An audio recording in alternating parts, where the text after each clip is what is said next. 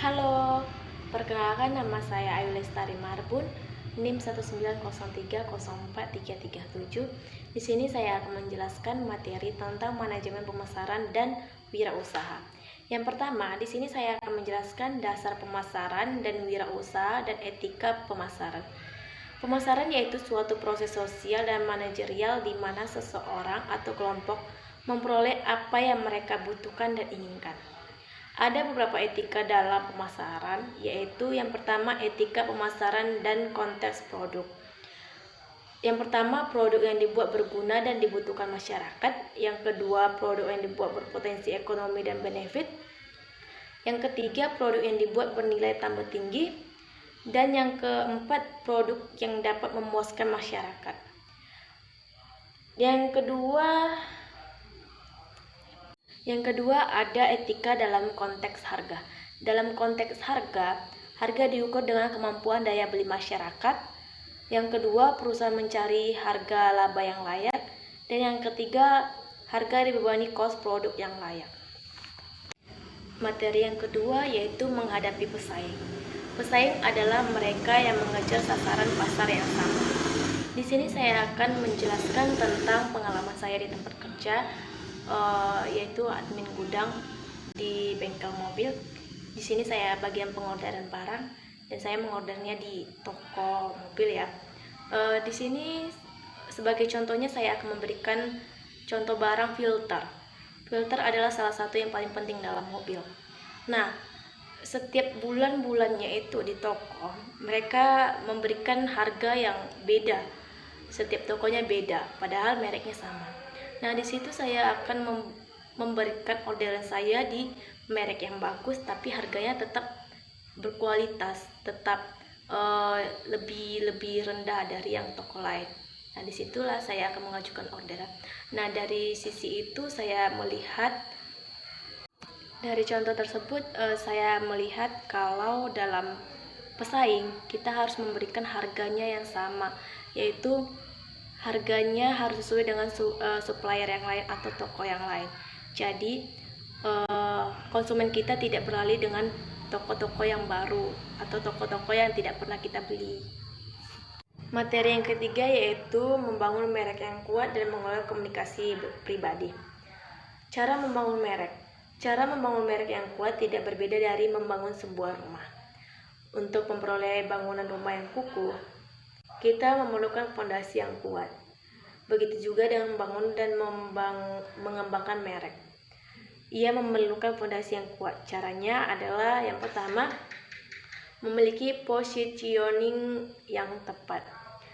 Merek dapat dipositioningkan dengan berbagai cara, misalnya dengan menempatkan posisinya secara spesifik di benak pelanggan. Yang kedua, memiliki brand value yang tepat. Semakin tepat merek dipositioningkan di benak pelanggan, merek tersebut akan semakin kompetitif. Yang ketiga, memiliki konsep yang tepat. Tahap akhir untuk mengkomunikasikan brand value dan positioning. Nah, tadi itu yaitu membangun merek yang kuat. Nah, sekarang ini saya akan membahas mengelola komunikasi pribadi. Komunikasi pribadi atau komunikasi pemasaran yang kemungkinan terjadi dialog pribadi antara perusahaan dan pelanggannya. Yang pertama, pemasaran langsung, pemasaran interaktif, pemasaran word of mouth, penjualan personal. Nah, ada juga manfaat pemasaran langsung. Dari sisi positifnya, dapat menjangkau calon pelanggan pada saat yang tepat dan dibaca oleh calon pelanggan yang memiliki prospek. Ada juga memungkinkan pemasar menguji media dan pesan alternatif untuk menemukan pendekatan yang paling efektif dari segi biaya. Dapat juga mengukur respon terhadap kampanye. Dari sisi negatif juga ada ya, yaitu kejengkelan, ketidakadilan, penipuan dan pemalsuan, serangan terhadap privasi. Materi yang keempat yaitu merancang dan mengelola jasa. Merancang dan mengelola jasa, ketika perusahaan produk merasa semakin sulit untuk membedakan produk fisik mereka berpaling ke diferensiasi layanan. Banyak pada kenyataannya menemukan keuntungan yang signifikan dalam memberikan layanan yang unggul. Apakah itu berarti pengiriman yang tepat waktu? Jawabannya yang lebih baik dan lebih cepat dari pertanyaan atau resolusi yang lebih cepat dari keluhan. Penyedia layanan terbaik tahu keunggulan tersebut dengan baik dan juga bagaimana cara untuk menciptakan pengalaman pelanggan yang tak terlupakan.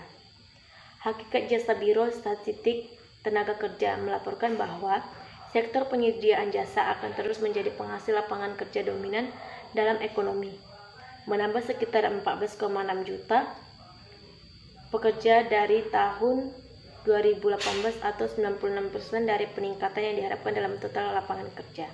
Materi yang kelima ini yaitu mengelola perdagangan eceran, grosir, dan logistik. Pedagang eceran merupakan semua aktivitas dalam menjual barang dan jasa langsung ke konsumen akhir untuk kebutuhan pribadi non-bisnis. Toko eceran atau retail store, semua badan usaha yang volume penjualannya terutama datang dari penjualan eceran. Jenis-jenis pengecer. Yang pertama, toko barang khusus. Yang kedua, department store. Yang ketiga, ada pasar swalayan. Yang keempat, toko kelontong. Yang kelima, toko diskon. Yang keenam, pengecer atau off-price. Yang keenam, superstore. Dan yang ketujuh, ruang pamer katalog. Kesimpulan dari kelima materi ini adalah bahwa suatu perusahaan diharapkan lebih mengenal tentang produk, jasa, dan strategi penentuan merek karena ketiga hal tersebut mempunyai peran yang sangat penting dalam kelancaran kegiatan pemasaran agar produk jasa tersebut dapat diterima oleh konsumen.